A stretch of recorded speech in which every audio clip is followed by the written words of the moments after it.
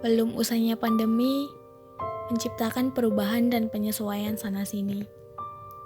Tak terkecuali dari sektor ekonomi. Para pelaku usaha terus berupaya. Segalanya dilakukan demi penghidupan sehari-hari dengan tetap menyesuaikan diri dengan regulasi. Salah satu yang paling santer dibicarakan ialah kebijakan pembatasan kegiatan masyarakat yang sekarang lebih dikenal dengan istilah PPKM.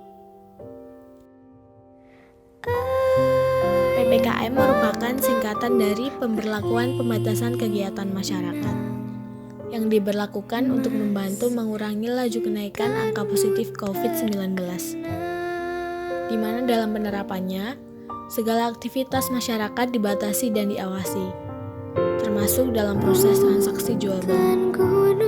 Pemberlakuan pembatasan kegiatan masyarakat atau PPKM ini terhitung sejak awal tahun 2021 mencakup kawasan Jawa, Bali, dan beberapa daerah lain yang beresiko tinggi menyebarkan virus COVID-19. Dan hingga video ini dibuat, 8 Agustus 2021, PPKM masih terus diberlakukan. Istilah PPKM pun berubah dari waktu ke waktu mengikuti peraturan-peraturan yang ada di dalamnya. Berawal dari pembatasan sosial berskala besar atau PSBB menjadi PPKM, kemudian PPKM Mikro, PPKM Darurat, hingga PPKM level 4. Aturan ini jelas menimbulkan banyak pro dan kontra di kalangan masyarakat, terutama bagi para pelaku usaha kecil dan menengah yang paling banyak merasakan dampak dari pemberlakuan kebijakan ini. Mereka mengalami penurunan omset yang signifikan, bahkan kerugian. Dikutip dari laman bisnis.com, Bank Indonesia menyebutkan sebanyak 87,5% UMKM terdampak pandemi COVID-19. Dari jumlah ini, sekitar 93,2% diantaranya terdampak negatif di sisi penjualan.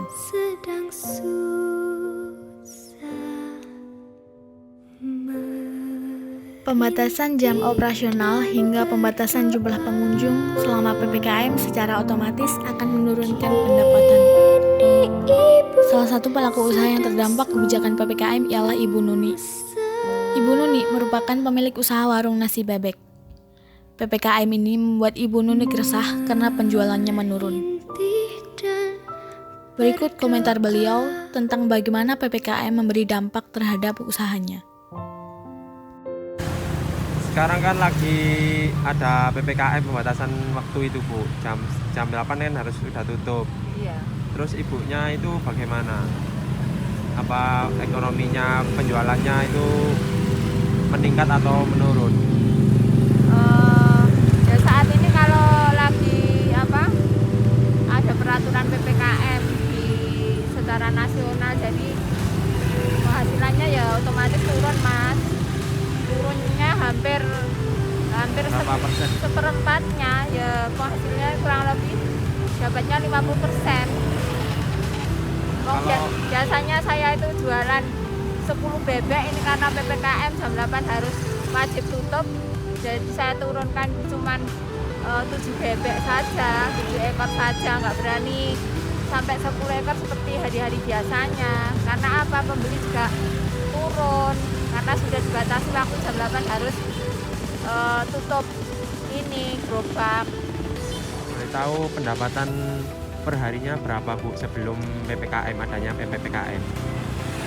Dulu sebelum PPKM itu karena waktu kita buka rombong itu normal, itu kurang lebih mulai jam setengah 5 sampai jam 10 malam itu dapatnya kurang lebih 500.000, bahkan bisa lebih itu Mas. Terus kalau setelah adanya peraturan PPKM ini berapa pendapatannya? Nah, setelah ada pembatasan PPKM ini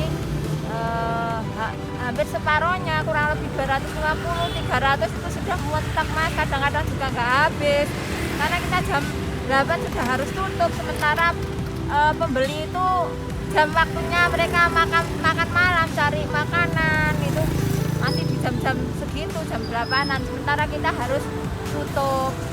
sehingga dapatnya ya cuma sekitar 250, 300. Ada juga dagangan masih banyak saya bawa pulang, Mas. Oke Ibu, terima kasih atas waktunya. Semoga Ibu selalu diberi kesehatan, Amin. warungnya, bebeknya diberi rezeki yang laris manis. Amin, Habis Mas. Amin. hari ini juga laris. Amin. Terima kasih. Ini dengan Ibu siapa? Saya Bu Yuni, Mas. Oke, terima kasih Bu. Assalamualaikum warahmatullahi wabarakatuh. Terima kasih kembali, Mas. Waalaikumsalam warahmatullahi wabarakatuh. Memang tidak bisa dipungkiri bahwa dampak pandemi COVID-19 ini sangat terasa di berbagai aspek. Dengan situasi yang rumit ditambah kebijakan PPKM yang berlaku membuat kondisi semakin melilit. Di tengah kondisi seperti ini, seluruh elemen masyarakat terus berdoa dan berusaha agar semua berjalan normal kembali. Segera pulih, Ibu Pertiwi.